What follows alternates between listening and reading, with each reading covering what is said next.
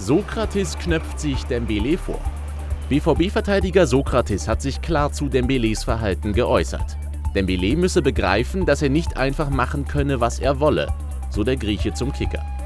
Er solle sich ein Beispiel an Pierre-Emerick Aubameyang nehmen, der sich trotz Wechselgedanken nicht ausgrenze und Teil der BVB-Familie bleiben wolle. Dembélé hatte zuletzt versucht, seinen Wechsel zu Barca mit einem Trainingsstreik zu forcieren und ist seitdem beim BVB suspendiert. Sammer erklärt Hoeneß Kritik. Matthias Sammer lässt die Aussage von Uli Hoeneß zu seiner Person kalt. Hoeneß hatte gesagt, der neue Bayern-Sportdirektor Hasan Salihamidzic habe in 2 Wochen öfter auf den Tisch gehauen als Sammer. Laut Sammer habe Hoeneß nur Salihamidzic, dem seit seiner Ernennung zum Sportdirektor der Ruf einer Notlösung anhafte, verteidigen wollen. Sammer halte dieses Verhalten für legitim, so der Ex-Münchner zur Bild.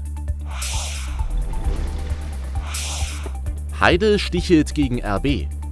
Schalkes Manager Christian Heidel hebt noch einmal hervor, was Schalke seinem Ligakonkurrenten RB Leipzig voraus hat. Leipzig braucht noch Jahrzehnte, um die Emotionen, die einen Verein wie Schalke 04 ausmachen, aufzuholen, sagte Heidel dem Redaktionsnetzwerk Deutschland. Es bringe Leipzig auch nichts, Champions League zu spielen.